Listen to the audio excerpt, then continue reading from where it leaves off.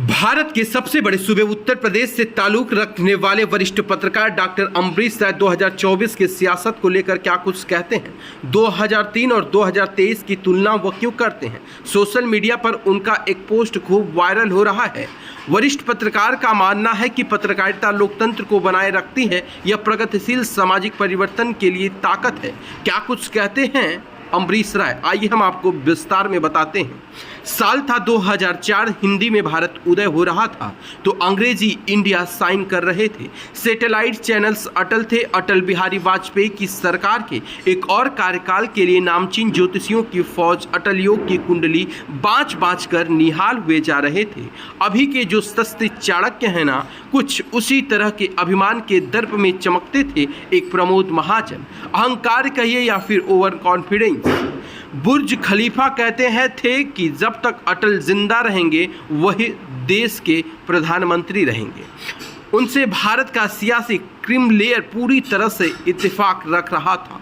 उनकी बात से किसी को ऐतराज नहीं था, लेकिन कहीं किसी कोने में अंधेरे में रहने को मजबूर लोगों को ये सब बहुत नागवार गुजर रहा था। और उन लोगों को प्रमोद महाजन की इस बात से ऐतराज़ था, लेकिन ऐतराज़ के पास आवाज़ें नहीं थी या आवाज़ों के पास लाउड स्पीकर नहीं था। लिहाजा इंडिया साइन करता रहा, लेकिन दबी कुचली आवाज़ों के पास एक दिन खुद उनका होता है और एक दिन फिर उनका हुआ। उन्होंने वोट किया और इंडिया साइन का महल भरभरा कर गिर पड़ा। अटल जी और उनका भगवाई कुनबा चारों खाने चित हो गया। अब भूतपूर्व होने का दावा करने वाली सरकार भूतपूर्व हो गई, यह मानना है डॉक्टर अम्बरीश राय का। अगले 10 साल कांग्रेस के मनमोहन सिंह रायसीना हिल्स से देश को चलाते रहे। मनमोहन सिंह सरकार के मैनेजरों ने भारत उदय का नारा भारत निर्माण में तब्दील कर दिया। फिर 2014 में लोगों ने तब्दीली की और मोहन सरकार को मोदी सरकार में तब्दील कर दी हो गई और सरकार को भी 10वां साल लग चुका है। किसी सीट पर कौन लड़ेगा, कैसे लड़ेगा के फैसले का इंतजार किए बिना अघोषित रूप से गिरवी पड़े मीडिया हाउस फिर से 2004 की भूमिका में आ चुके हैं। ओपिनियन पोल्स में एक बार फिर मोदी सरकार के तख्त नसी होने का ऐलान कर दिया गया है।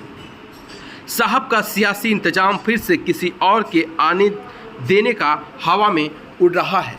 संसद से लेकर सड़क तक साहब और उनकी सावरिया सियासी सामियाने को कमल के फूल से दूर होते नहीं देख रहे हैं। 2013 में साहब सरकार बनाने से पहले और लोकतंत्र का ध्यान खींचने के लिए जो कुछ कर रहे थे, कुछ वैसा ही राहुल गांधी भी कर रहे हैं।